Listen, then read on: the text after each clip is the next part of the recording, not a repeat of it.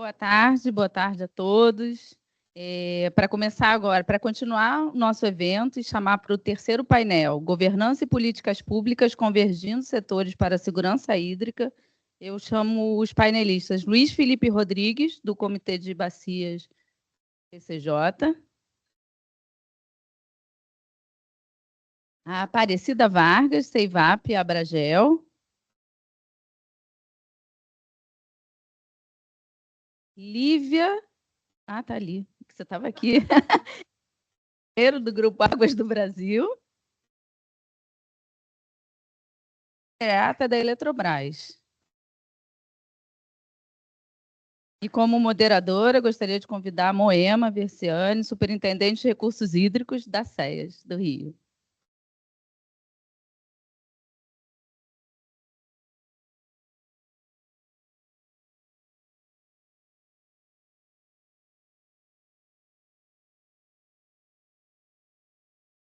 Boa tarde, me ouvem? Bom, então, boa tarde a todos, pós-almoço, né? Sempre mais difícil a gente se concentrar.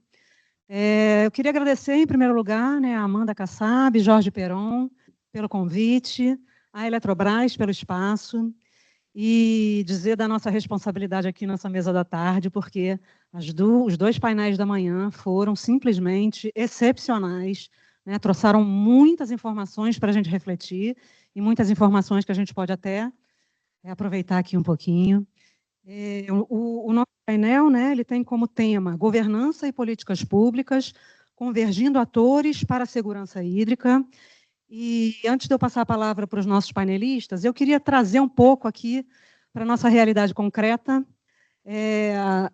Hoje temos aqui representantes de comitês de bacia extremamente pioneiros aqui no nosso país, né, o PCJ e o CEIVAP. E estamos vivendo, nesse momento, uma situação, foi mencionado de manhã, né, uma situação de escassez hídrica na bacia hidrográfica do PCJ, e a Agência Nacional de Águas e os gestores, né, os órgãos gestores da Bacia do Paraíba do Sul, comunicaram um socorro, digamos assim, eu vou ser bem informal aqui, socorro temporário, para que a população da metrópole de São Paulo não fique desabastecida, né? Não corra esse risco.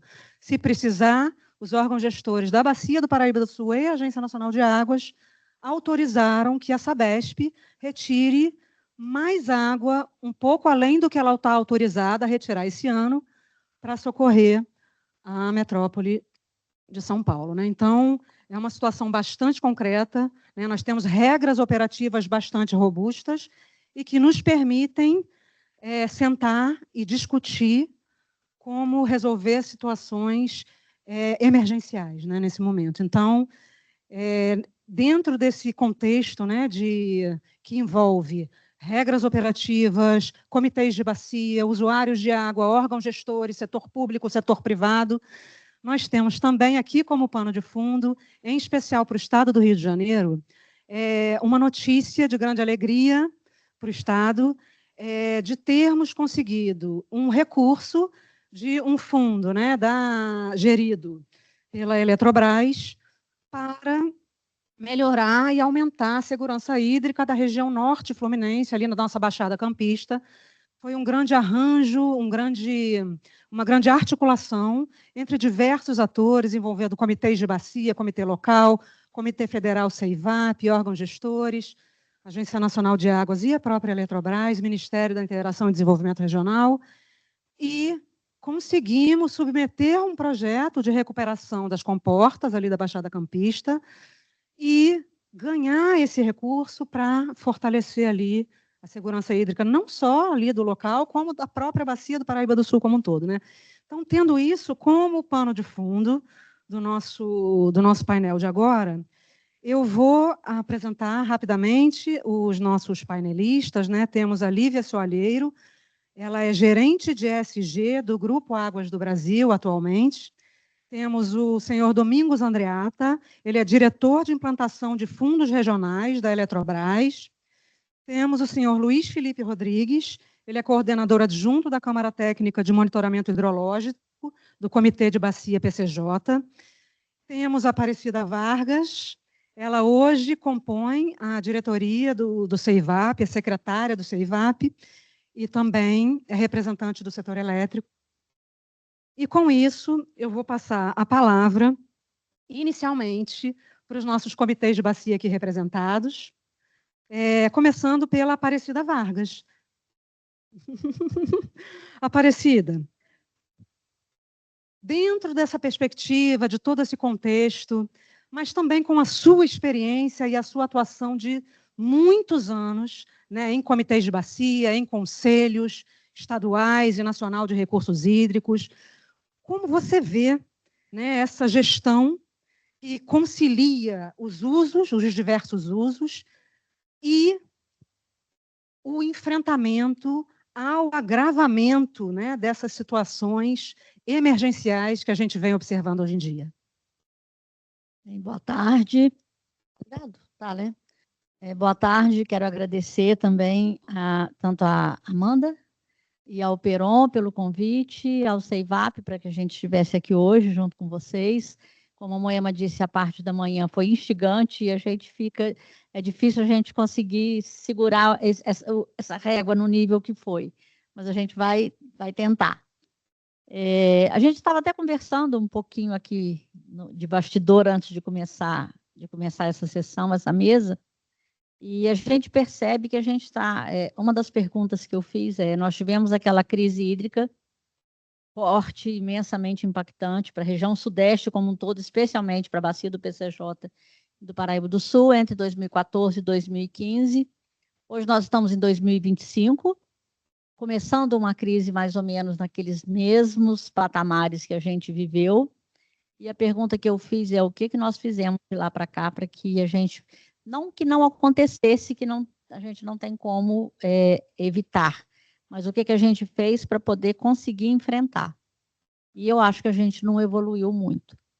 Tanto que não evoluiu muito que a ação que a gente teve imediata foi essa doação de mais 5 metros cúbicos de água do Paraíba do Sul para o sistema Cantareira, no caso, para abastecimento da região metropolitana. O que a gente percebe é que ainda está faltando, e aí não é só o comitê, eu acho que é o sistema de gestão como um todo. Sabe? A gente tem que estar falando dos órgãos gestores, dos comitês de bacia. Ainda está faltando a gente conseguir colocar esse assunto na mesa e enfrentar a frente. O que a gente tem feito é remediar o que vem acontecendo. Agora, enfrentar de frente, ver quais são as opções e as possibilidades que a gente pode ter para que consiga minimizar o que a gente sabe que vai começar a acontecer recorrentemente. A gente estava comentando aqui antes, que antes a gente tinha uma série histórica que era confiável. O setor hidrelétrico sempre teve uma série histórica que sempre foi usado para poder você emitir outorgas, para o órgão gestor tomar como base. Essa série histórica caiu por terra. Né? Você não tem mais como ter, né, 30, 50, 100 anos. Como você disse, de 10 anos para cá, você não consegue mais, mudou tudo e a gente ainda não tem hoje um estudo, um parâmetro onde a gente possa se pautar para a gente poder ver o que a gente pode fazer. Então, falta muita coisa, falta uma abordagem e um debruçar sobre o próprio sistema de gestão como um todo. Desde a criação da 9433, eu acho que já passou da hora da gente criar coragem e enfrentar isso de frente. Sempre o que vem não podemos tentar mexer nessa lei, porque a gente não sabe o que pode ser colocado dentro dela e acabar, ao invés de ajudar, nos atrapalhando com a insegurança que a gente tem, às vezes, de como isso tramita dentro de um congresso, os acordos políticos que acontecem. Mas com esse medo a gente fica estagnado, a gente não caminha, e a gente continua apontando erros, apontando aonde não está. Já temos uma vivência que dá para a gente saber o que deu certo e o que não deu. Eu acho que a gente já tem uma consciência disso. Fico feliz, eu acho que a gente teve mais acertos do que erros, mas eu acredito que a gente precisa se debruçar sobre esses erros. Sobre essa questão dos conflitos de uso, é uma outra questão que a gente ainda está patinando muito em si, sabe, Moema? No âmbito do Conselho Nacional de Recursos Hídricos, nós voltamos a discutir prioridade de outorga. E a gente tem um conflito na própria Lei 9433. Quando você fala lá nos fundamentos, ele diz que prioridade de uso é abastecimento humano e dessedentação de animais. Aí, quando você chega nos fundamentos da lei, ele fala sobre prioridade de outorga e diz que cabe ao comitê, no plano de bacia, discutir as prioridades de outorga.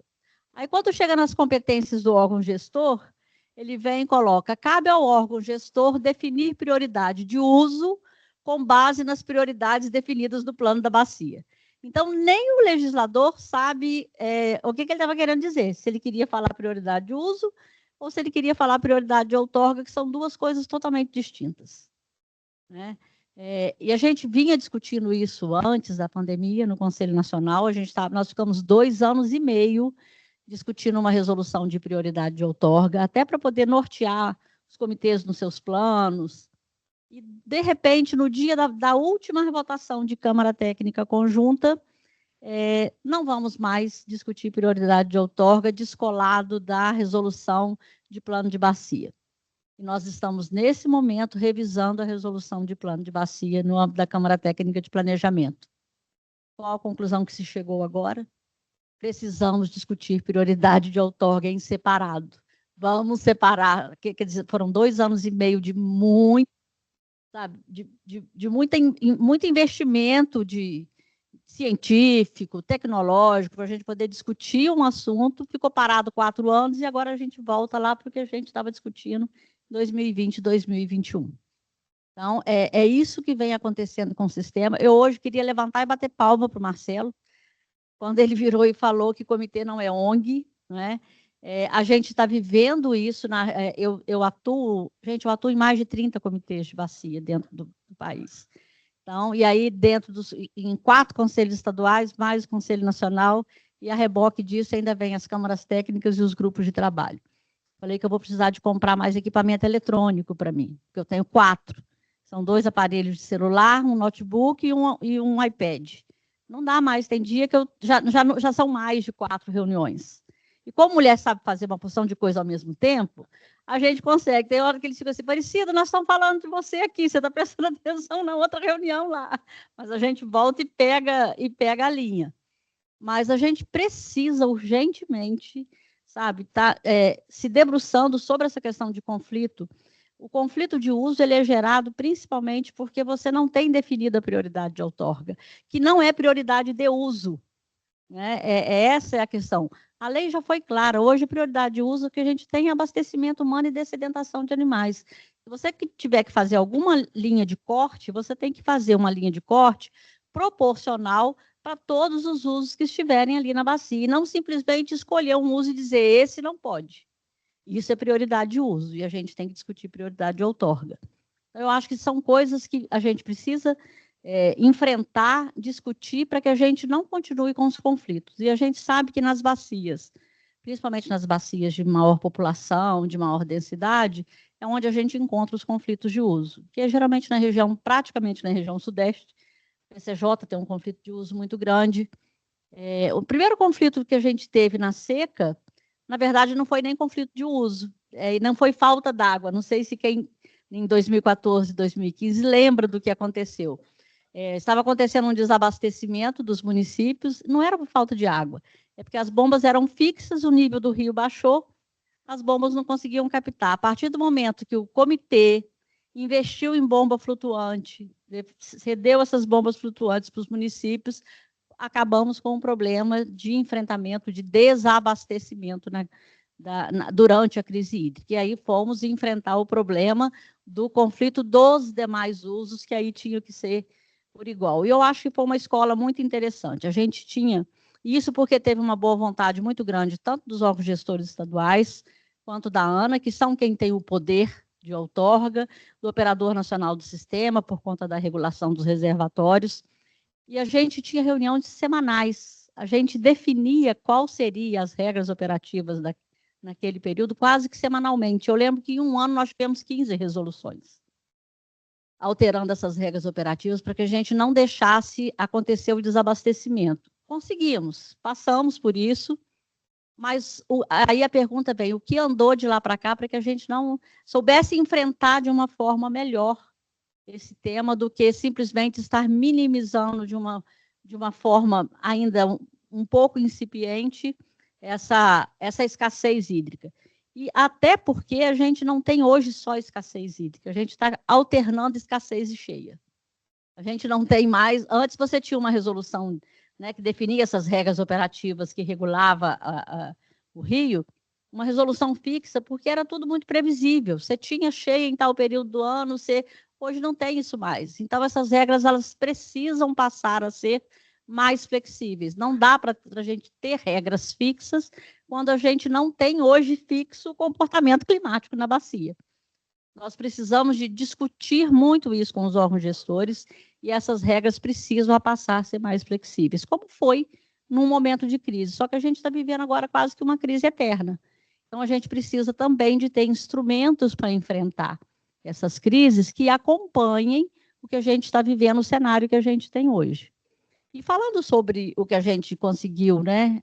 Eu me incluo, assim, me sinto, sabe, muito orgulhosa de poder falar, até por ser do setor hidrelétrico, que a gente conseguiu para o Baixo Paraíba do Sul, sobre as comportas lá de Campos. Uma das questões que eu alertei, que eu falo que é um trabalho, que isso sim, eu acho que é o meu sonho desde que a gente começou a discutir comitê.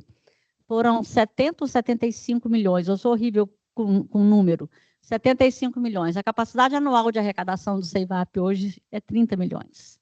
Então, a gente conseguiu, numa articulação técnico-política, conseguir um recurso para a bacia que corresponde a 2 anos de arrecadação da bacia.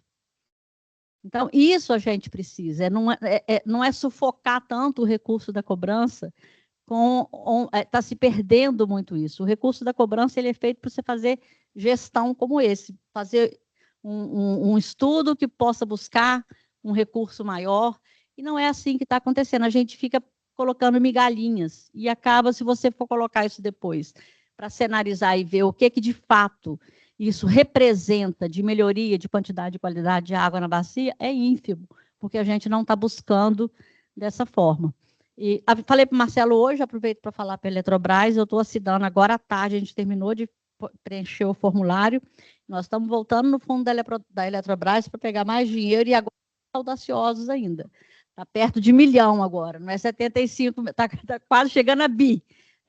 800, 900 mil, para a gente conseguir fazer os barramentos no Pomba e no Muriaé, que a gente consegue ajudar na regularização do Baixo Paraíba do Sul, e a gente diminui muito o conflito lá, principalmente na questão de intrusão salina, que é o grande problema que ele tem, dá um fôlego maior para a região metropolitana, para poder continuar transpondo o que transpõe hoje, e acaba com esse, porque a gente não tem conflito só de uso, às vezes a gente tem um conflito dentro do próprio estado, né, de regiões.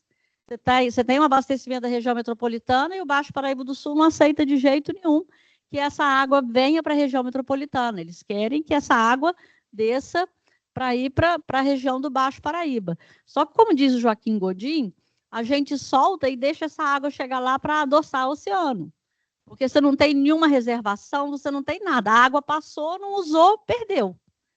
Então, você não tem desenvolvimento hoje econômico expressivo na região para poder justificar que se deixe essa água seguir.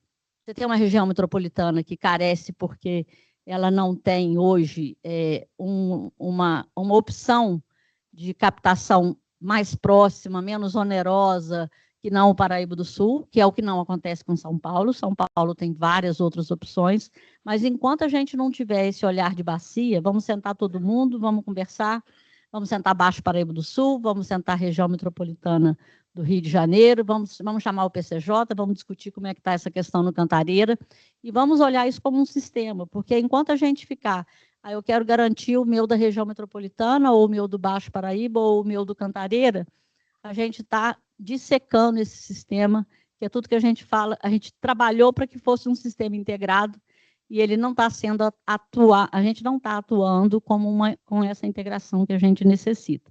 E é onde gera os conflitos. Espero que eu tenha respondido o que você perguntou, Moema.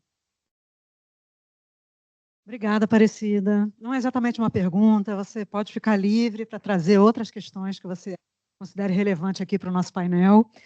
E você deu um exemplo interessante, né, na crise hídrica lá de 14 e 15, fez aquele grupo, né, aquele grupo de acompanhamento semanal. PTAOH, que existe até hoje. Dentro do CEIVAP, exatamente. E pós-crise, né, após a definição das novas regras operativas, o acordo, o pacto federativo feito, também se estabeleceu um grupo mais operacional, né, composto pelos órgãos gestores. Esse grupo também tem a participação do Comitê de Bacia, do CEIVAP. Esse grupo se reúne mensalmente. Temos aqui nossa representante do INEA, a Fernanda, e esse grupo está se reunindo hoje. Ele acontece hoje, daqui a pouco, às 15h.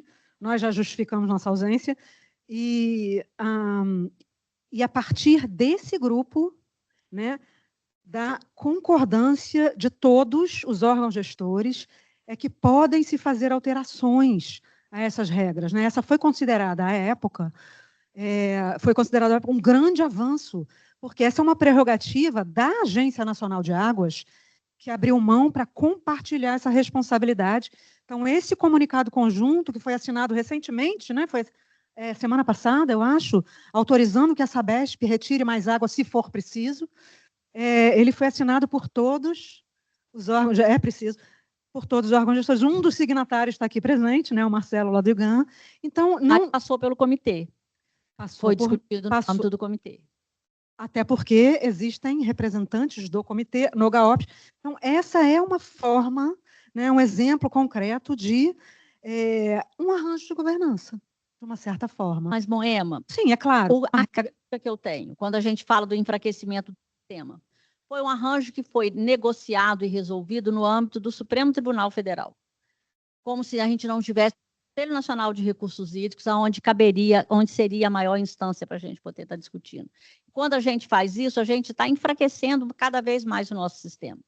Não era nesse lugar que a gente tinha que resolver. Tinha que ser, se tem conflito, tinha que ser no âmbito do Conselho Nacional de Recursos Hídricos. Concordo, mas hoje o que temos são essas regras operativas vigentes na Bacia do Paraíba do Sul. E, por causa dessas regras, hoje, a situação do sistema hidráulico da Bacia do Paraíba do Sul, a Fernanda está aqui, ela pode confirmar o que eu vou dizer, é de conforto, né? Nós estamos com um percentual de reservação mais confortável do que em anos anteriores, né? Do que nos anos anteriores, incluindo o ano de 2021, quando foi preciso fazer o mesmo comunicado de aumento da captação da Sabesp lá no Jaguari, na Bacia do Paraíba do Sul. Então, de uma certa forma, por uma outra via, as regras operativas estão funcionando, o que nos permite autorizar essa retirada para uma outra bacia hidrográfica que também tem reservação, para que a metrópole não fique... Vou ter que discordar em parte.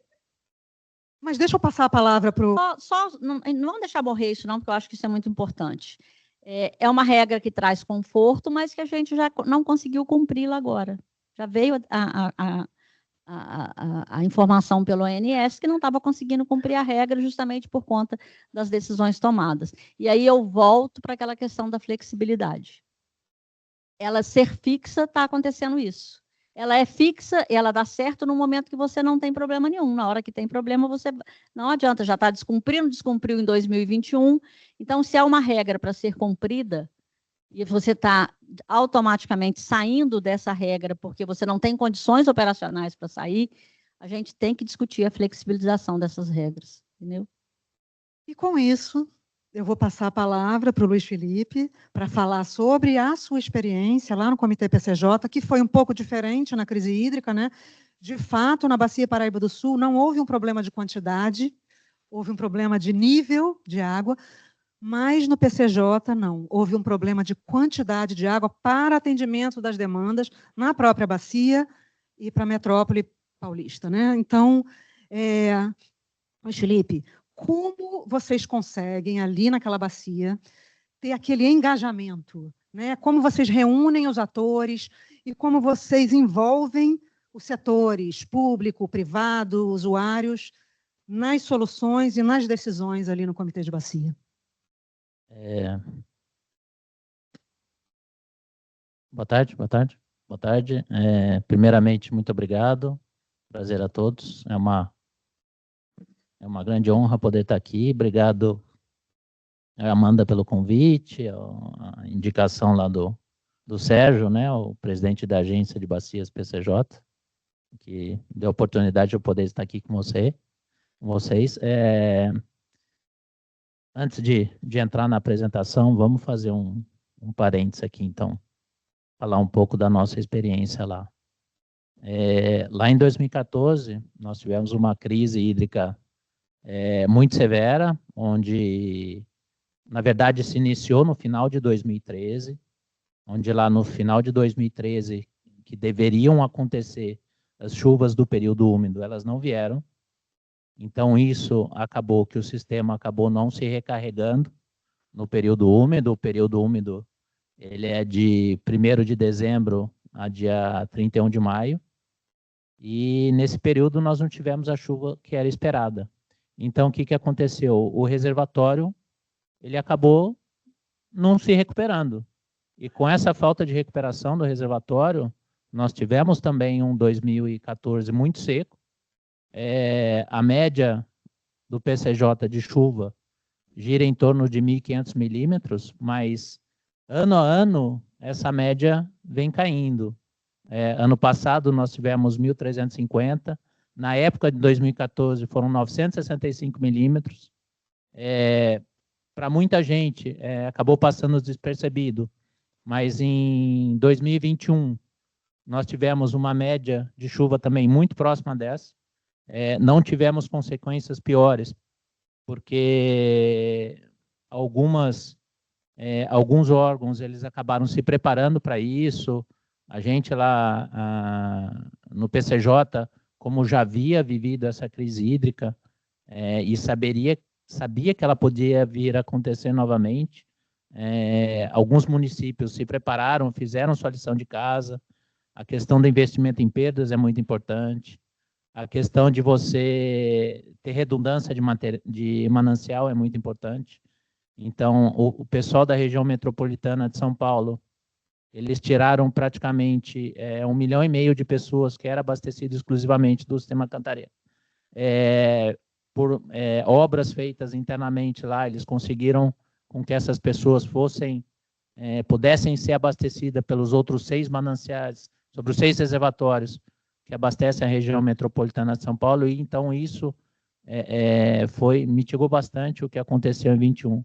Mas em 2014, nós não tínhamos uma regra operativa clara para a operação do sistema. A gente não tinha uma regra operativa pactuada, uma outorga para a operação do sistema Cantareira. Naquela época, para vocês terem ideia, eu sou de Campinas, trabalho lá na Sanasa, empresa de saneamento do município, e naquela época nós temos uma outorga de 4,2 metros cúbicos por segundo. Estava passando 3,2 na frente da nossa captação. A gente tirava 2,8. Infelizmente, municípios ajusantes ou empresas ajusantes ficaram com um abastecimento muito comprometido. Nós temos um grande polo lá da Ródia, que eles ficaram 1 mês e meio parados em férias coletivas, porque eles não tinham água para captar para poder fazer resfriamento de caldeira. Quer dizer, então isso é muito sério. Infelizmente, como a gente já falou aqui, as coisas estão mudando muito nos últimos anos.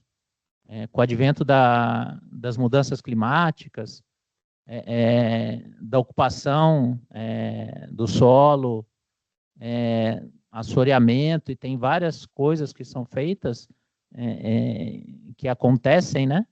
Que você compromete muito a questão da disponibilidade hídrica. Então, a gente tem que ter um olhar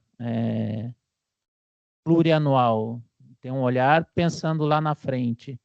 se ações não forem feitas e se os gestores e se as empresas, os municípios, não se atentarem para cada um fazer a sua lição de casa, a situação daqui para frente tende a se complicar bastante.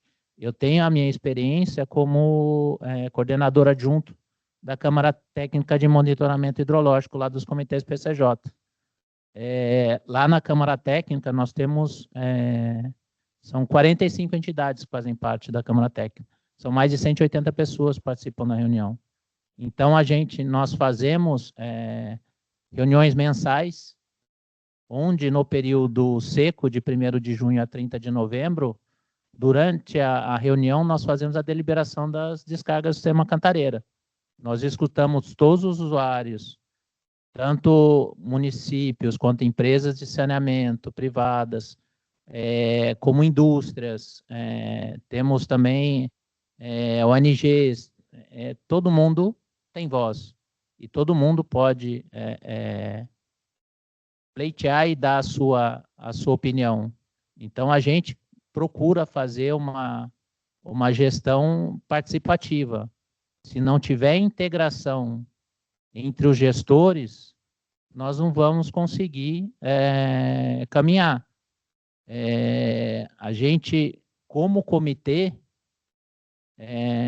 todos os membros, são mais, eu acho que de 1.500 pessoas que participam dos comitês PCJ, o comitê ele oferece para os municípios linhas de recurso para você fazer obra, de saneamento, para você investir em perdas. Isso você tem, mas a dificuldade, como a gente estava conversando mais cedo, é os municípios terem técnicos capacitados para poder estarem fazendo os projetos, para poder estarem tomando esse dinheiro. Às vezes eles conseguem colocar o projeto, mas não conseguem dar sequência. Então, uma dificuldade muito grande. A gente procura visitar todos os municípios. Na revisão do plano de bacia que foi feito 2035, todos os municípios foram visitados. Todos os municípios tinham muito claro quais eram as metas para serem alcançadas até 2035. Tanto nós temos lá no comitê, a gente tem uma meta de tentar abaixar a perda no comitê todo na ordem de 25%. Isso é uma meta audaciosa. Tem que ter investimento, às vezes, não só são mudança de mentalidade dentro dos municípios, de como você poder tratar o seu recurso hídrico, você ter um entendimento que o seu recurso hídrico ele é escasso, a água mais cara é aquela que a gente não tem. Então, eu acho que todos têm que ter consciência que o meio ambiente está sofrendo bastante. E com as mudanças climáticas que têm acontecendo, como a Aparecida aqui já falou, nós não temos mais previsibilidade. A gente não tem mais como ter um período seco, realmente seco, um período úmido, realmente úmido. Hoje, não dá para garantir mais que no seco vai ser realmente seco, ou se vai chover, ou que no úmido vai ter chuva. As coisas estão completamente distorcidas. Então, a gente tem que trabalhar junto, trabalhar em conjunto, e tem a questão de integração, de poder chamar todo mundo para conversar e poder dar voz para todo mundo, para a gente poder adotar essas medidas que são necessárias serem feitas. Não necessariamente são medidas que são fáceis de serem tomadas, mas infelizmente chega um ponto que a gente não tem mais por onde seguir, né? A gente tem que procurar estar fazendo isso e procurar estar fazendo implantação de medidas no plano de bacia, de revisão, de você ter a questão do saneamento, de você ter a questão do da implantação de ter municípios, todos eles com tratamento de efluentes. Quando você trata efluente, você está entregando um recurso melhor para o seu município que está jusante de você. E, às vezes, infelizmente, politicamente, a gente sabe que lá atrás tinha-se a mentalidade de fazer, por que eu vou investir no esgoto, na coleta e no tratamento? Não sou eu que vou estar me prejudicando, é o município que está baixo. Então, eu penso no meu umbigo aqui, mas não é. Infelizmente, a gente tem que ter a mudança de mentalidade. Eu vou passar rapidinho aqui a apresentação que eu fiz, só para a gente ter uma ideia.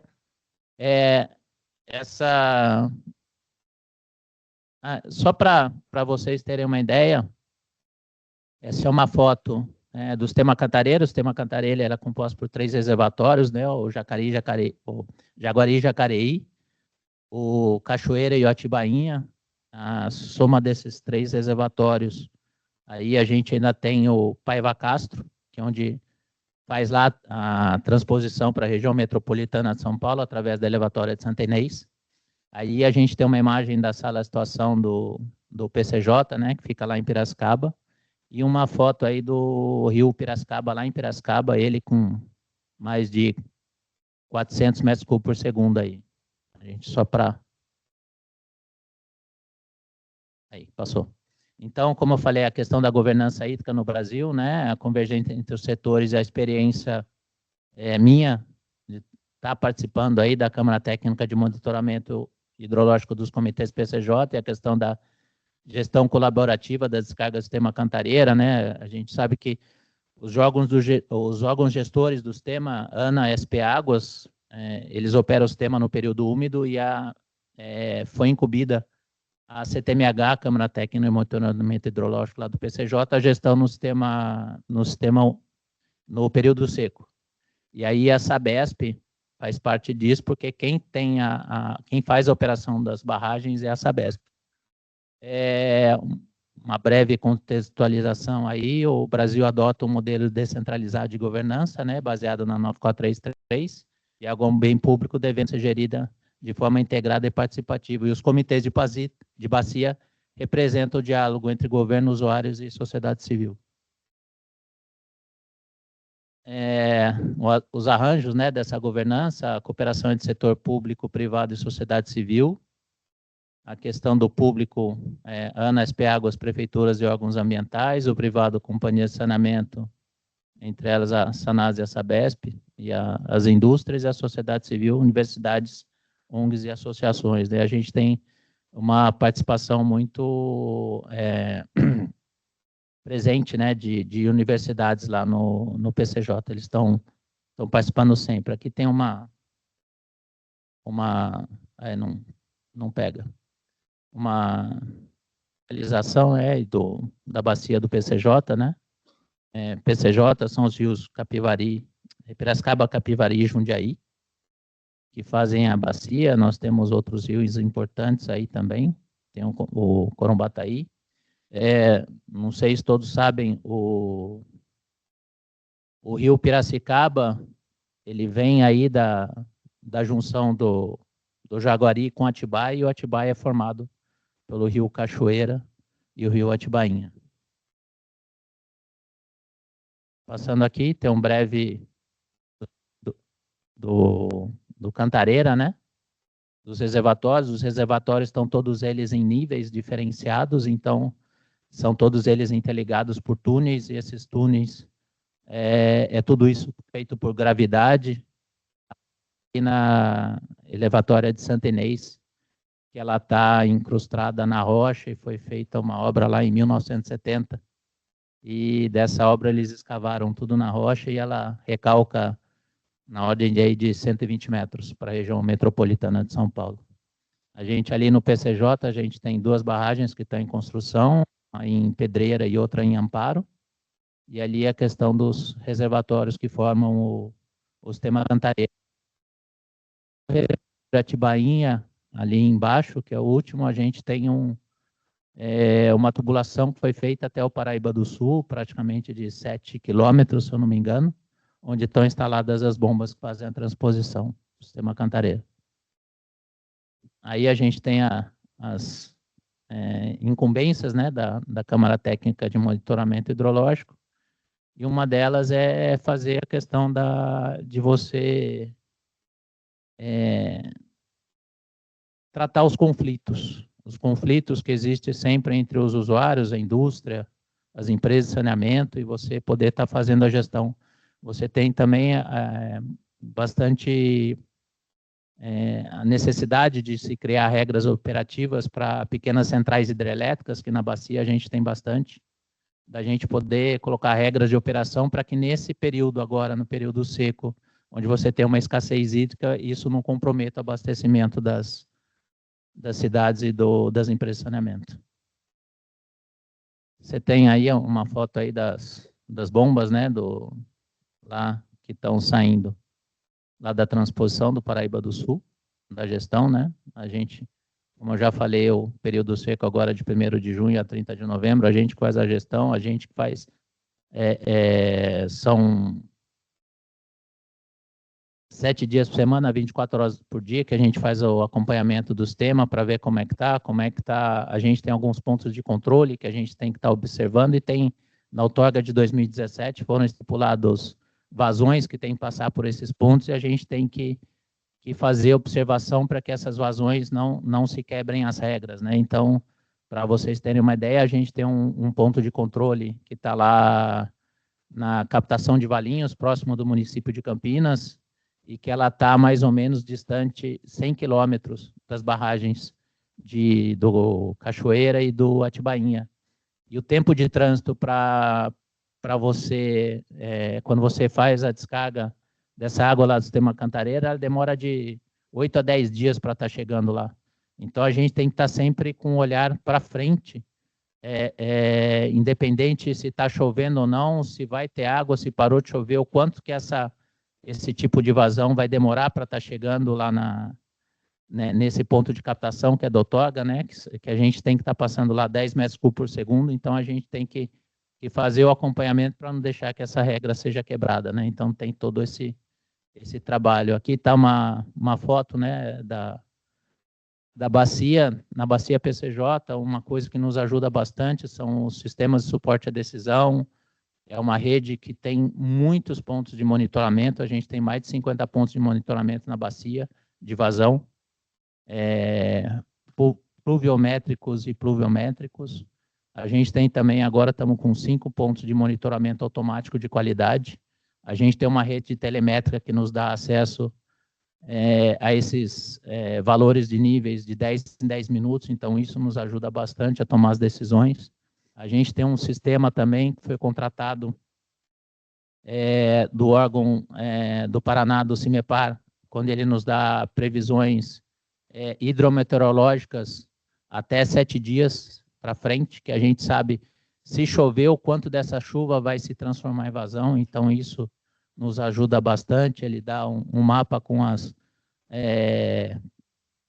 quantidade de milímetros que pode estar chovendo em determinadas épocas, e aí a questão dos resultados, né? A questão da redução de conflitos entre os usuários, as decisões técnicas transparentes, porque todos os membros da Câmara Técnica participam das reuniões, então isso a gente procura conversar e fazer uma decisão colegiada com todos eles, o fortalecimento da cooperação institucional e um modelo reconhecido nacionalmente que realmente funciona, porque a gente, que a gente precisa fazer? A gente precisa trazer todo mundo para conversar e para discutir.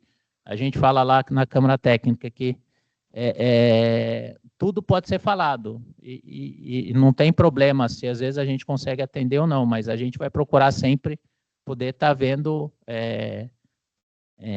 o lado de todo mundo tem a sua necessidade, tem municípios que estão a 180 quilômetros das bacias e realmente também tem necessidade de água, em quantidade e qualidade. Então, isso é uma coisa que a gente observa bastante, a gente procura estar sempre atento. Eu acho que essa é a última. Isso aí. E isso aqui é uma foto lá do sistema Cantareira, do reservatório, se eu não me engano, esse era do Jaguari, lá em 2014, como é que ele ficou? Realmente não tinha água para nada. Os desafios Então, a questão das mudanças climáticas, da variabilidade hídrica, ampliação do monitoramento e as ferramentas de inteligência artificial, integração institucional e educação e engajamento social. E aí a experiência da CTMH demonstra, né, que a governança colaborativa é essencial para a segurança hídrica e a convergência entre o setor público, privado e sociedade geram soluções mais robustas e sustentáveis. A gestão das águas é corresponsabilidade e diálogo permanente. Acho que é isso aí. Pronto. Obrigado. Desculpa um pouco o tempo aí. Não, obrigada, Luiz Felipe. Muito obrigada por todas essas informações.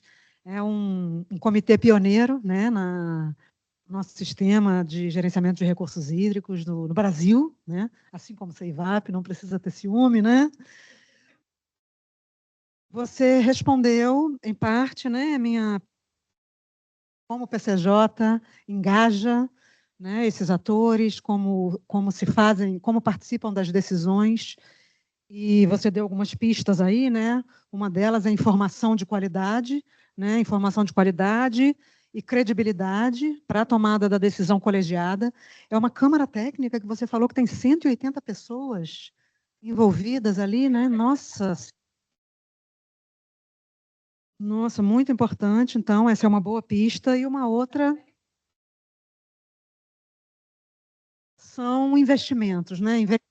Sistemas, investimentos em infraestrutura, né? A própria obra, né, de transposição para o Jaguari foi uma obra de fôlego feita em tempo recorde, né?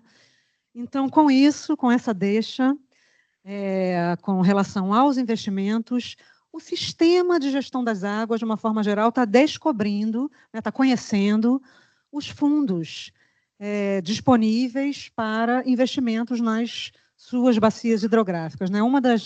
É claro que a gente tem a SBN, né? Não quero desmerecer, muito pelo contrário, foi muito falado aqui de manhã, mas a gente precisa de investimentos em infraestrutura hidráulica, seja na recuperação, como é o exemplo das comportas ali das Baixada Campista, como novas estruturas de reservação, novas estruturas de regularização. Então, eu passo a palavra para o Domingos, da Eletrobras, para falar um pouco conosco a respeito desses fundos. Muito obrigado, Moema. Boa tarde a todo mundo. Eu acho que o passador de slides também está por aqui. Mas, assim, eu fico bastante feliz em vir falar aqui, porque eu ouvi falarem da crise de 2013, 2014, eu estou lembrando que eu estava no Ministério, mas a que eu mais sofri foi 21, tá? É que na época eu era secretário adjunto de energia elétrica, então eu era responsável pelo racionamento ou não. Tá? Então, conseguimos passar sem racionamento, mas em cima de todo o sofrimento que a gente já conhece. Eu não ia falar isso na minha apresentação, mas tem uma coisa que vai se conectar com a minha apresentação, que era o grande desafio que a gente tinha na época, que a gente chamava de inflexibilidades hidráulicas. Tá? E aí, quando nós tivemos a capitalização da Eletrobras, e a capitalização da Eletrobras é quem providenciou esses recursos, nós estamos falando aqui de uns recursos da ordem de 10 bilhões de reais durante 10 anos, corrigidos, 8,7 em valores históricos. Tá? Mais ou menos 10 bilhões de reais, desses 10 bilhões de reais, 6 bilhões de reais são para ações de revitalização das bacias do São Francisco, Parnaíba e da área de influência de Furnas. A área de influência de Furnas inclui o Paraíba do Sul. Tá? Então, são obrigações, sim, decorrentes desses fundos, o Programa da Amazônia e o programa que atinge o Nordeste e o Sudeste. Então, com esses mais ou menos 6 bilhões de reais em 10 anos. Qual é o principal objetivo dos programas?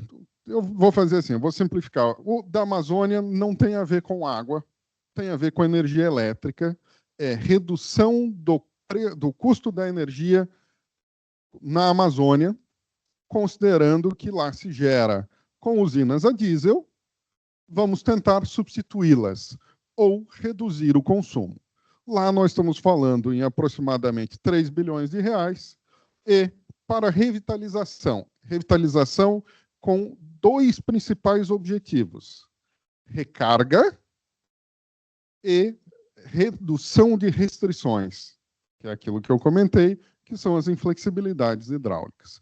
Então, a ideia desses 6 bilhões de reais é que a gente possa fazer ações como essa que foi falada da Baixada Campista, no qual, na realidade, nós estamos melhorando muito as condições de a gente reter água.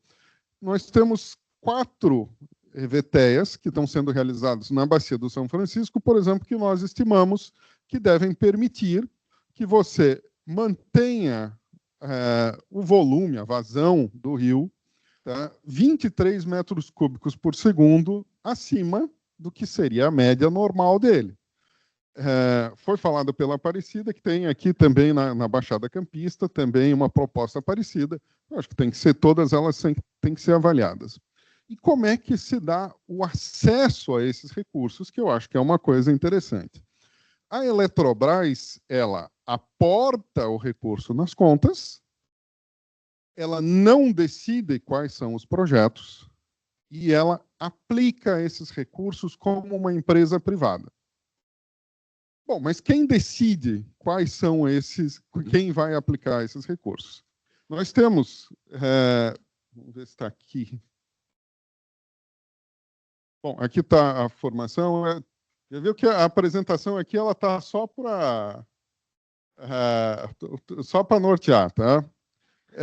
Mas nós temos 2 comitês que são formados pelo Ministério da Integração e Desenvolvimento Regional, Casa Civil, Ministério do Meio Ambiente, Ministério das Cidades, Ministério dos Portos, tá? E esses ministérios trazem esses projetos que são recolhidos de quem propõe. Então, temos a ANA propondo, como foi o caso da Baixada Campista, temos projetos sendo propostos pela Codevasf, projetos sendo propostos pela ABEMA, tá? E também os municípios, e eu entendo que os comitês de bacia também podem propor através desses agentes. Então, entendendo que existe um projeto que ele se adequa a essas 2 características, que é aumento de recarga e redução de restrição hidráulica, entendo que ele deva ser levado para ser considerado. É claro que ele vai trazer outros benefícios. Por exemplo, o próprio Luiz Felipe falou de tratamento de esgoto.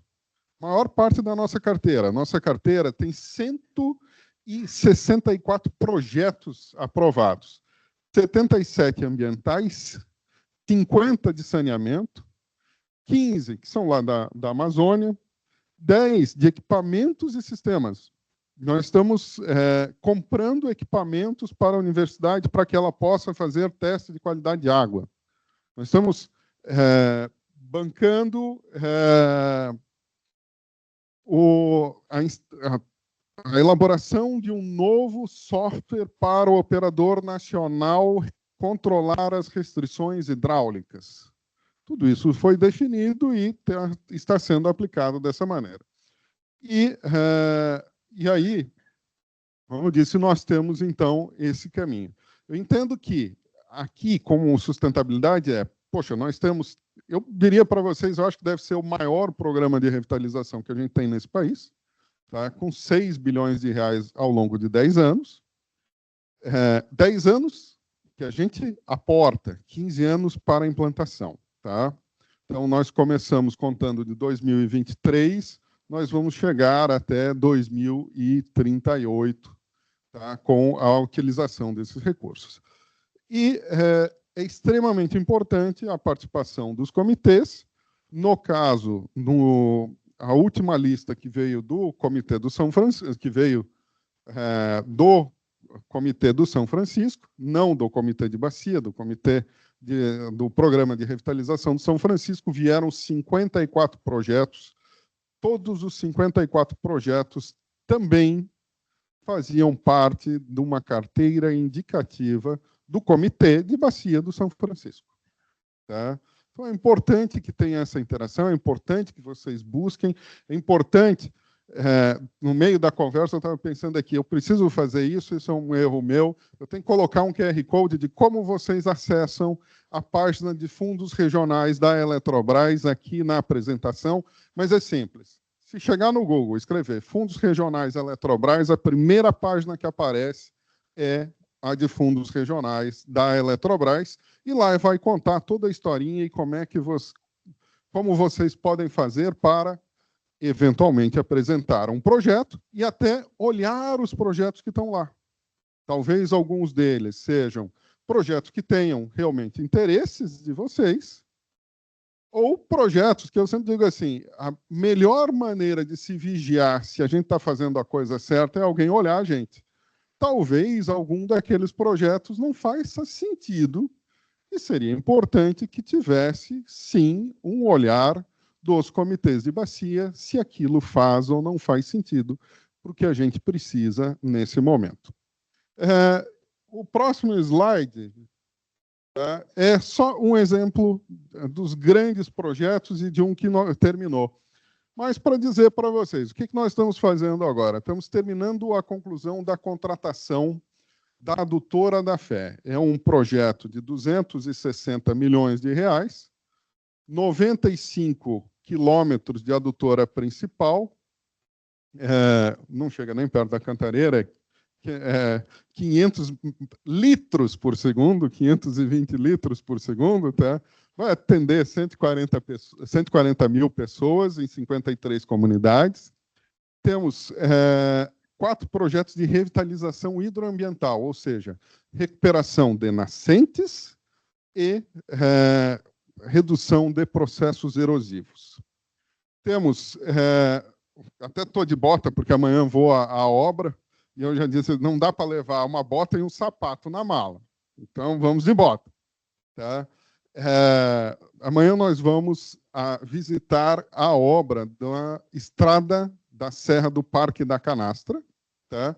Que é, na realidade, a nascente uma das nascentes do São Francisco, a nascente histórica do São Francisco, que nós também estamos melhorando o acesso.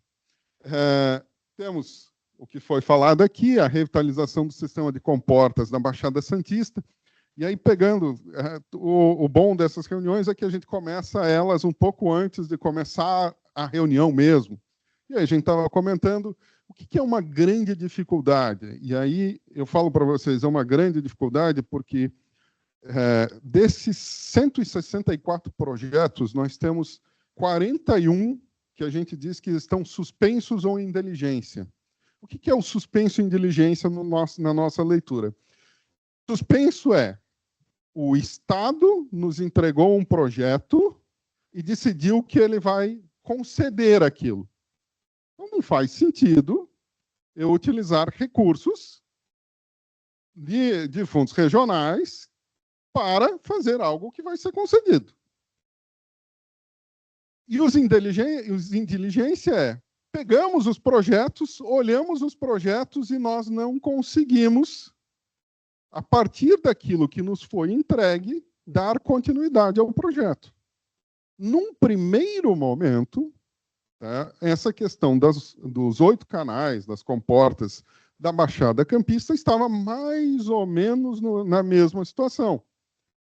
Porque nós não sabíamos como é que seria tratado o licenciamento ambiental. Tudo isso tem licenciamento ambiental. Como é que seria tratado o fundiário? Gaps de algumas informações técnicas. Mas isso foi construído junto com a Secretaria de Meio Ambiente e Sustentabilidade do Rio de Janeiro, o INEMA e a ANA, e eu entendo que nós estamos em condições de dar seguimento agora, então, à evolução, ao processo de licenciamento, a todas as especificações técnicas. E ficou definido que nós vamos implantar e quem será responsável, que era um outro item que não se sabia.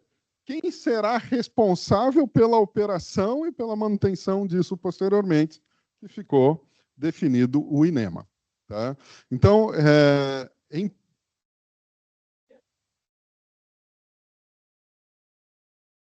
Inéia, desculpe.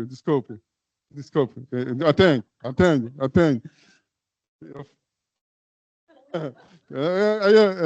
Desculpe-me, mas o órgão estadual de meio ambiente. Pronto, resolvido. Então, devemos dar continuidade a esse processo, então, e evoluir com isso. Então, assim, voltando à questão, temos recursos, mas, em geral, nós temos dificuldade que os proponentes, não foi o caso aqui, em um mês se resolveu, é uma coisa muito boa. Mas, em geral, quando a gente vai tratar com os municípios, a gente tem dificuldade disso. E aí, uma das propostas que eu fiz para o MIDR é assim, vamos usar recursos de fundos regionais para capacitar os municípios. Sabe qual foi a resposta que eu recebi? Já existe. E não é acessado. O Ministério das Cidades tem recursos para isso. Tá? Para que os municípios se capacitem, para que os municípios façam projetos melhores. E eu acho que isso é uma coisa extremamente importante.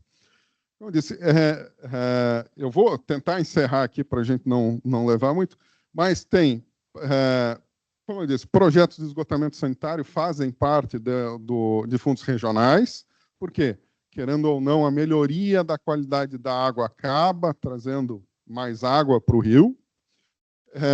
Nós temos um projeto, esse projeto aqui é bastante interessante, de 200 unidades demonstrativas. O que é esse projeto? É um projeto para realizar 200 projetos tipos, digamos assim, tá? De recuperação de nascentes com uma metodologia menos invasiva e, de certa maneira, menos custosa, para que isso possa ser repassado para a população ou para os órgãos que possam, eventualmente, replicar isso. Tá? Uma recuperação de uma vossoroca grande, nós vamos gastar 40, 50 milhões, não é o objeto aqui, é a gente tentar pegar ele um pouquinho antes, tá? Para que ele não chegue a essa situação. E um projeto muito icônico, que eu tenho certeza que não foi colocado fotos, não foi, tá? Que foi nós recuperamos e conseguimos colocar para flutuar. Navegar é um pouco mais complicado, tá? Tem que ter rio para flutuar, tá? Para navegar, tá? Que é um barco a vapor no São Francisco, em Pirapora, que é um barco a vapor de 1913, que navegou no Mississippi, que navegou no Amazonas e que foi parar na barranca do Rio São Francisco, praticamente destruído. E é um patrimônio cultural e hoje é o único barco a vapor a lenha do mundo. Muitíssimo obrigado, pessoal.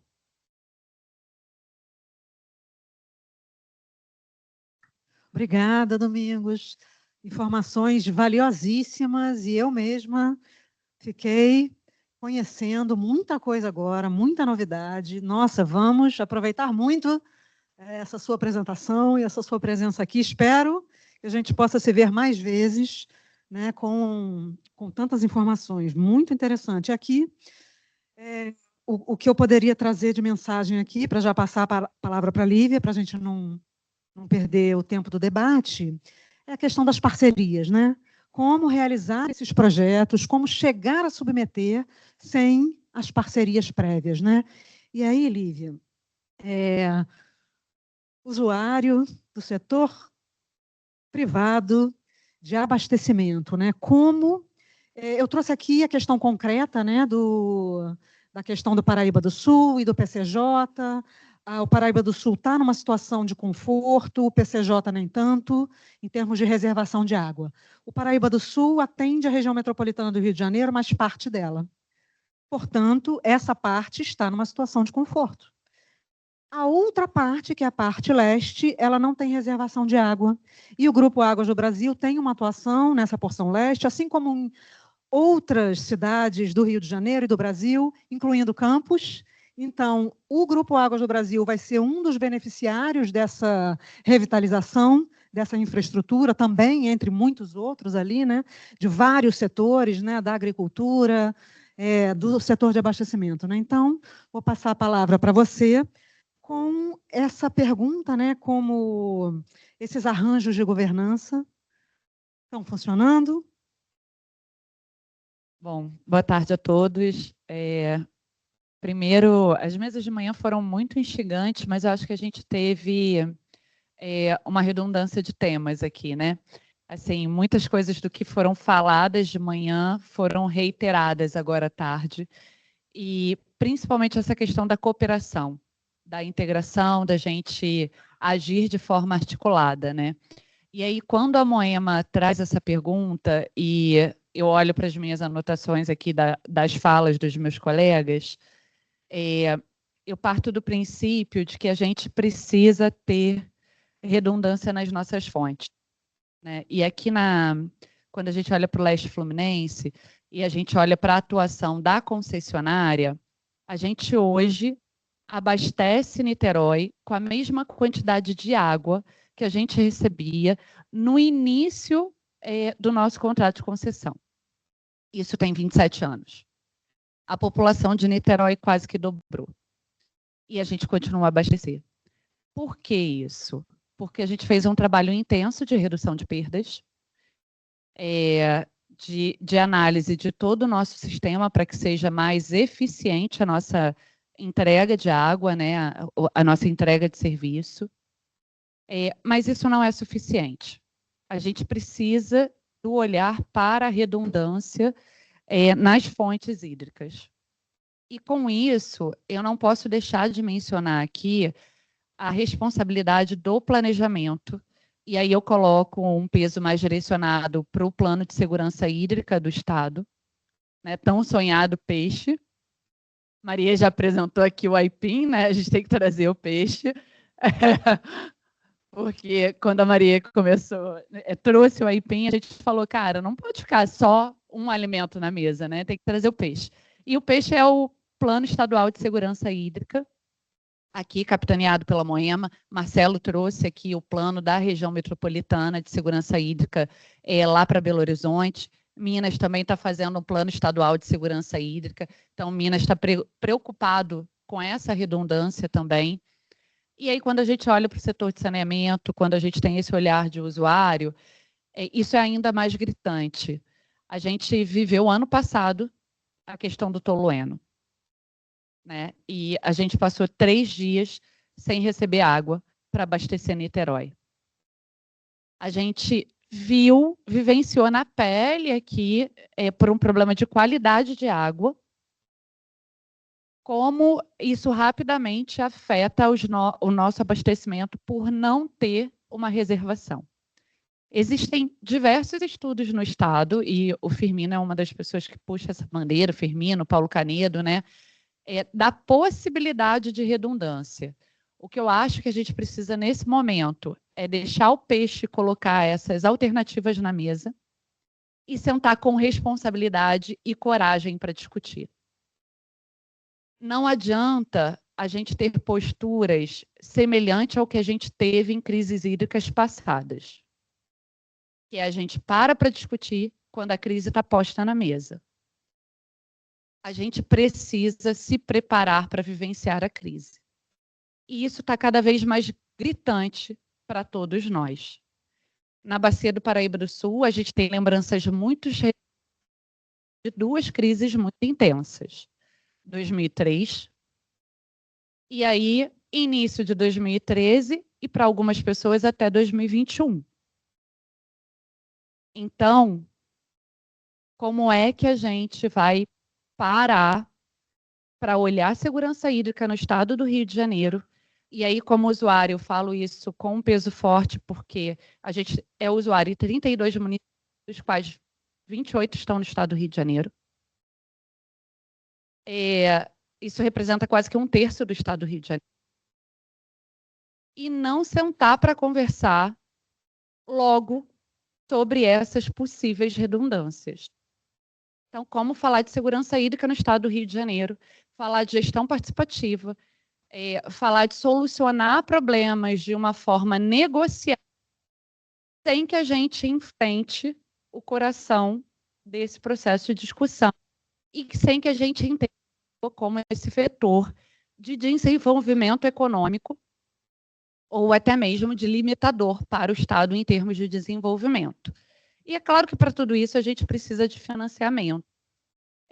Não vai ser só o financiamento da Eletrobras, a gente vai precisar buscar outras fontes e a gente vai precisar fazer isso de forma coordenada, né? Cada um tem a sua responsabilidade, e aí eu achei interessante, porque o Felipe trouxe na apresentação dele, nas palavras finais ali, uma questão de corresponsabilidade, né? A água como corresponsabilidade de todos. E quando eu anotei aqui, eu fiquei pensando muito em se a gente fala em corresponsabilidade ou solidariedade na responsabilidade. Me parece que quando a gente pensa o sistema de gestão de recursos hídricos, o que ele pede de nós é que a gente se coloque à mesa de forma aberta, enquanto atores que somos, também de forma solidária, para que a gente entenda o olhar do outro, e aí sim, conscientemente, a gente assuma a nossa responsabilidade no momento da decisão. E aí a gente precisa também, né, que as normas que vão nos ajudar a dirimir conflitos sejam normas ágeis. Isso é muito difícil para o direito hoje em dia. Isso é muito difícil para o legislador. E aí, como pensar essas margens para que a norma seja flexível e se adapte, né, à solução adequada para o caso concreto? Acho que a gente precisa discutir conceitos importantes que não estão bem resolvidos e que, no momento de crise, podem gerar mais conflitos. Como, por exemplo, o que é abastecimento público. Como, por exemplo, quais são os critérios de gestão de conflitos que a gente vai adotar no momento de um conflito. Como a gente vai colocar essa gestão participativa para apoiar e dar a resposta de um evento como foi o do Rio Grande do Sul. Então, no momento de abundância, né, num evento climático extremo, como a gente vai lidar com isso? Eu sei que o CEIVAP fez um trabalho grande agora, né, voltado a mudanças climáticas, e que considera, inclusive, evapotranspiração, onda de calor. Mas como é que o sistema como um todo tem olhado para esses aspectos? Eu não tenho visto muitos comitês falarem sobre isso, e que trazem impacto direto na gestão da bacia, né? E aí, um ponto que eu trago à reflexão, que eu acho que a gente precisa colocar na mesa também, quando a legislação ela olha para o sistema de gestão de recursos hídricos, ela traz a bacia como unidade de planejamento. Mas quando cada um de nós, né, vai olhar dentro do seu negócio para a água, muitas vezes esquece da bacia hidrográfica e olha para o ponto de captação. Aquele ponto de captação ele não está sozinho, ele está dentro de um contexto. Então, acho que a gente também precisa fazer esse exercício. Ter um olhar mais holístico para a água. A gente olha para a água ainda de forma escalonada, né? A gente ainda fala só da água doce. Os painéis aqui, mais cedo, trouxeram o reuso, que é um ponto que pode trazer algum respiro para essa gestão de recursos hídricos. O reuso, ele também, não foi falado aqui mais cedo, mas ele também pode ser usado para recarga de aquífero. E aí, quando a gente trabalha ele dessa forma, ele pode impactar ainda mais na segurança hídrica. Quando a gente falou mais cedo também, e eu acho que o financiamento ele vem nessa pegada de incentivo a boas práticas. Tem diversos financiamentos que podem trazer incentivos a boas práticas. Hoje a gente fala em financiamento verde, em financiamento azul, né, em financiamentos que vão trazer condições melhores para aquele que está pleiteando financiamento. A gente fala também de exigências, de ISOs, regulamentações específicas que vão buscar assegurar, está colocando aqui como boas práticas. Mas a gente pode trazer reconhecimento de práticas simples, olhando lá, pensando em ODS, pensando em agir local, né, para melhorar o global, como, por exemplo, o próprio selo Prossegue, que tem aqui no Rio, né? O Programa de Segurança Hídrica do Estado, ele traz um selo de boas práticas. Estou contextualizando um pouquinho, porque pode ter gente fora do Estado, né, ouvindo. E políticas de incentivo. Por exemplo, o reuso, um dos pontos que hoje é um gargalo para ele, e que foi falado até aqui mais cedo, é a questão do custo. E aí, se você cria incentivos fiscais para que essa prática ela se torne, né, mais palatável em termos de custo para o setor empresarial, eu estou incentivando e multiplicando uma prática que vai trazer hidroeficiência. E é isso que a gente quer quando a gente pensa em segurança hídrica. Quando a gente fala de mudanças climáticas, o primeiro impacto é na água, seja na abundância, seja na seca, seja na evapotranspiração. E aí a gente está vivenciando, como a Rosa disse aqui, né, na última fala dela, fechando a mesa, a gente está vivenciando um novo cenário.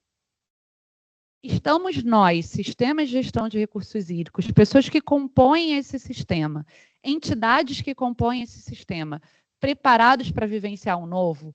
O que a gente fez desde a última crise que qualificou a gente melhor para enfrentar a próxima crise? Qual é a nossa contribuição enquanto entidade, enquanto pessoa e enquanto sistema para esse processo novo que a gente está enfrentando? Acho que o peixe vai ser uma grande ajuda olhando para o cenário fluminense, para o setor de saneamento. Mas não basta ficar no papel. E aí a gente precisa do compromisso de todos para assumir responsabilidades nesse processo do peixe e a gente terminar o peixe já com financiamentos que possam colocar as soluções postas ali em prática num curto espaço de tempo, porque a próxima crise virá. E a gente não sabe quando, né? A gente está trabalhando aí com uma série de incertezas. Preparei a apresentação, mas eu acho que não precisa, tá, Amanda? Acho que a gente pode ficar por aqui e abrir o debate, porque tenho certeza que ele vai ser bem rico.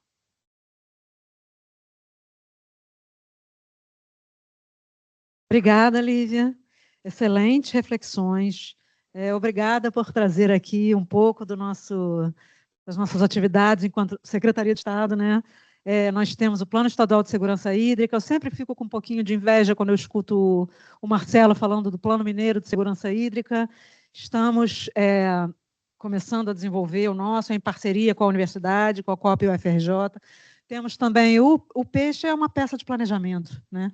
Nós queremos que seja construída em parceria, né? Para que efetivamente nós consigamos ter o que o Marcelo falou aqui de manhã, um plano com produtos que a gente tire do papel. Eu não quero que a minha consciência fique ali, não. Fique ali, não. E o programa, né, é a principal peça de planejamento do nosso Programa Estadual de Segurança Hídrica, instituído por decreto, fruto do trabalho da Lívia, enquanto esteve na Secretaria de Estado antes de eu chegar. Tenho 5 minutos, eu vou abrir para uma pergunta, Amanda, se você me permitir.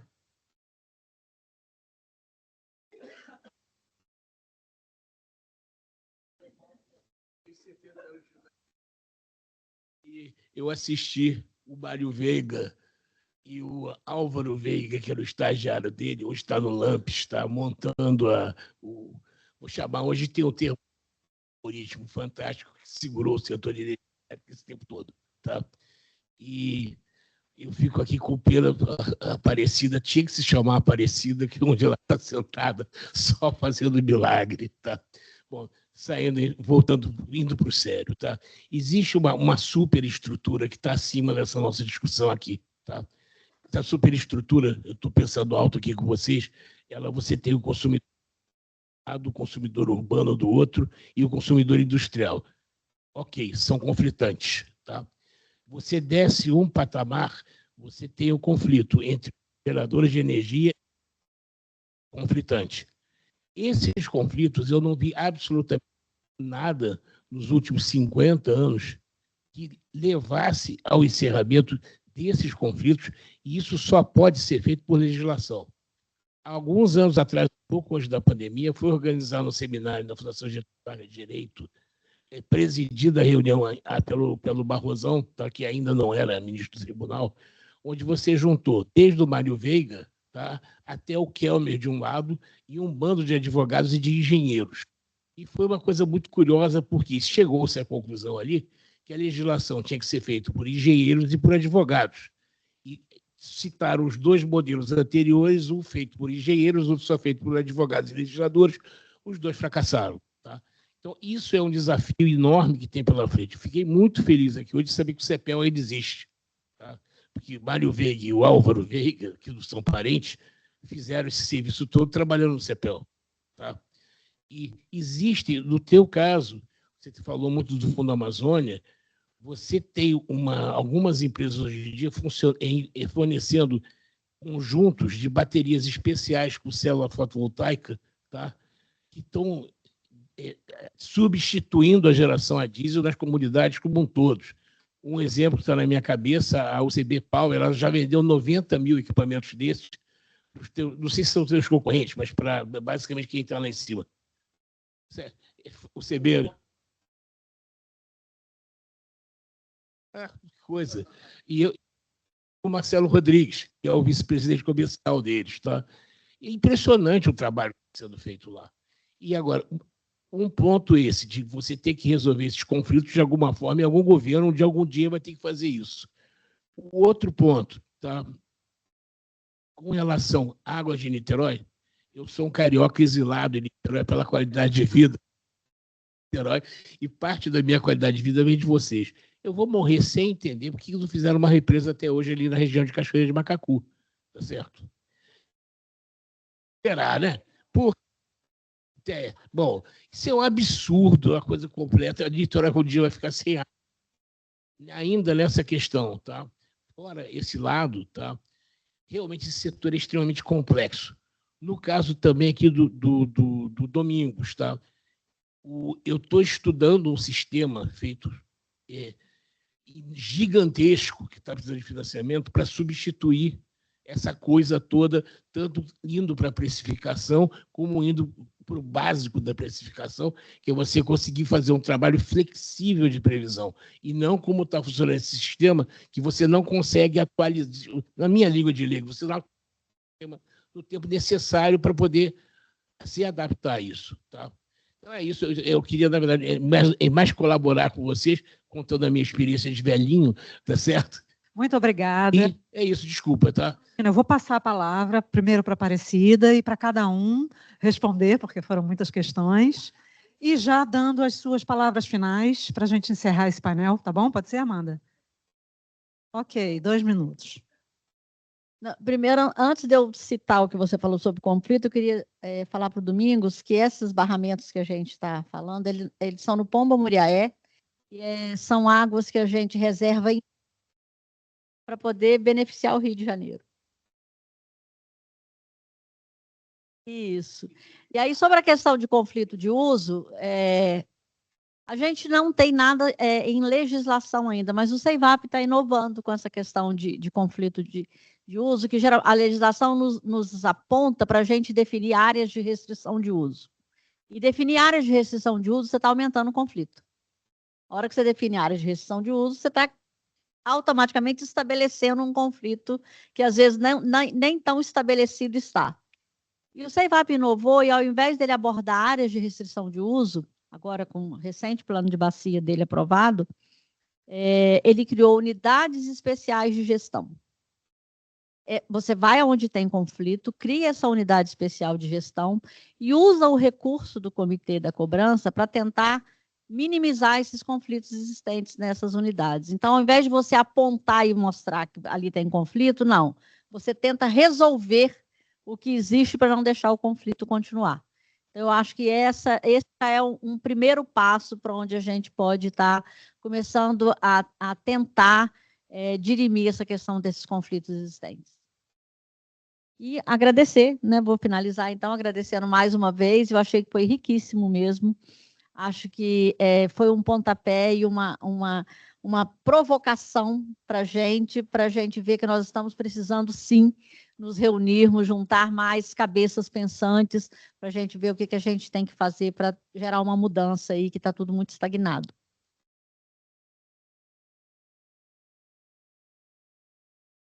Bom,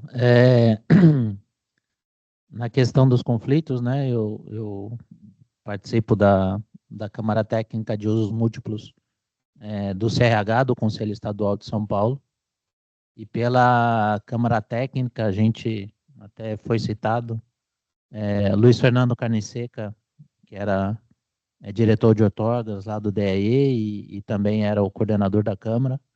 A gente recebeu uma demanda do Conselho Estadual para fazer uma análise do conflito que estava ocorrendo lá no Paranapanema, do comitê, onde você tem vários barramentos de geração de energia seguidos. E eles estavam tendo um local lá na represa Salto Grande, onde eles têm muito voltado para o turismo e tem também a questão da piscicultura. Então, nós tivemos toda uma conversa, fizemos todo um trabalho para tentar demonstrar e negociar que era uma bacia que estava vivendo uma crise forte naquela época. Você tem lá a empresa que faz a gestão, é a CTG, se eu não me engano, que é da China, né? Da maior barragem lá da chinesa, China Trugorge. E a gente conseguiu demonstrar e sair uma solução para eles, onde você conseguiu equilibrar a questão dos usos. Lá você não tem muito problema de abastecimento público, que lá não é muito utilizado para abastecimento, mas você tem a questão desses usos. Então, a gente conseguiu, através dos atores da Câmara Técnica, a gente conseguiu elaborar uma deliberação que foi aprovada pelo Conselho Estadual, isso para estar sendo utilizado quando necessário. E agora a gente está conversando aqui também, eu como coordenador lá, a gente está com alguns temas em análise, um deles é a questão da priorização, que a gente tem que montar uma deliberação para o Conselho, está analisando, e também a questão da vazão de referência, a questão do dilema, né, ou da Q95 ou da Q710, e dependendo da bacia que a gente entende que tem que ter a questão da priorização do meio ambiente, né, e você tem uma pressão muito grande para estar usando a Q95 ao invés da Q710, mas eu acho que as minhas contribuições seriam essas também, e desde já agradeço a todos aí, obrigado.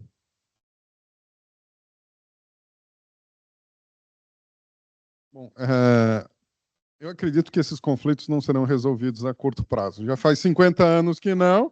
Também acho que talvez vai levar mais um tempinho, tá? Mas uma das coisas que, na época que eu estava no Ministério, a gente sempre dizia é assim, olha, nós temos 95% da capacidade de reservatórios de água em usinas hidrelétricas. Esses reservatórios foram construídos com o objetivo de produzir energia elétrica e devem ter, de alguma maneira, criado algum mecanismo. E aí eu diria que aí eu posso soar capitalista ou tal, mas nós deveríamos criar um mecanismo no qual o custo da água pudesse, sim, ser repassado para os usuários, para que você pudesse definir. Afinal de contas, hoje, e aí eu digo, o mínimo, se você falar em racionamento oficialmente, nós estamos falando de 30 a 45 bilhões que a gente perde na economia. Falar. Tá? Se ele realmente, acontecer um racionamento de energia elétrica, nós estamos completamente lascados. Nossa economia volta pelo menos 2, 3 anos e demora 2, 3 anos para se recuperar. Então, talvez o que nós deveríamos buscar é a criação de um mercado que se regule de como fazer essa mediação. Uma mediação que não precise tanto do estatal envolvido, mas sim do mercado buscando encontrar os seus equilíbrios. Bom, mas dito isso, aí eu me dispo da minha vida passada e digo assim, olha, bom, são grandes oportunidades, na realidade, com fundos regionais e com outros mecanismos de financiamento. Nós conseguimos, em fundos regionais, um financiamento junto ao BNDES que chama-se Match Funding. Então, nós colocamos 10 milhões de reais de fundos regionais e o BNDES colocou mais 10. Fundo perdido. Tá? Então, recursos tende a não ser um problema. E nós temos que saber usá-los e acessar. Saber acessar e acessar corretamente. Então, e aí eu acho que para muitos desses problemas nós podemos buscar que seja a eficiência do sistema de irrigação. Tá? Então, uma das coisas que está sendo estudada aqui, se eu não me engano, 80% a 90% da água que é bombeada nos perímetros de Itaparica é perdida. Tá? Então, uma das coisas que nós estamos tentando convencer é por que a gente não moderniza Itaparica? Porque se ficar 90% dessa água dentro do rio, tá? É muito melhor. É quase que uma recarga. Tá? Então, prefiro que essa água fique dentro do rio. Então, eu acredito que muitos desses conflitos eles possam ser, sim, tratados com soluções tecnológicas. Se a gente entrar na discussão da Bacia do São Marcos, a Bacia do São Marcos é desesperadora, eu já vi a Aparecida. Tá? Nós estamos falando da região que tem mais pivôs em todo o país. Será que a gente não tem soluções melhores que a gente possa trazer? Bom, o nosso papel aí, como Eletrobras, fundos regionais, é implantar boas ideias que tragam, sim, recarga e redução de restrição. Tá?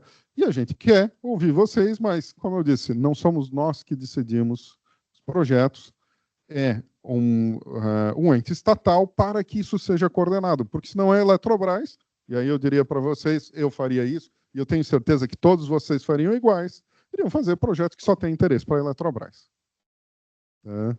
Então é importante que vocês acessem esses órgãos para trazer coisas que têm, claro, interesse geral para todo o setor e principalmente para a sustentabilidade. Muitíssimo obrigado pelo convite e eu tenho certeza que a Flávia vai dizer isso aqui, mas nós estamos muito felizes com vocês aqui na nossa casa.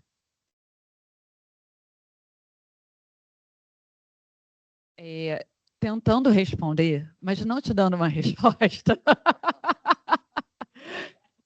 Não, eu acho que essa é uma das alternativas que vai ser estudada pelo Plano Estadual de Segurança Hídrica e que vai precisar ser enfrentada.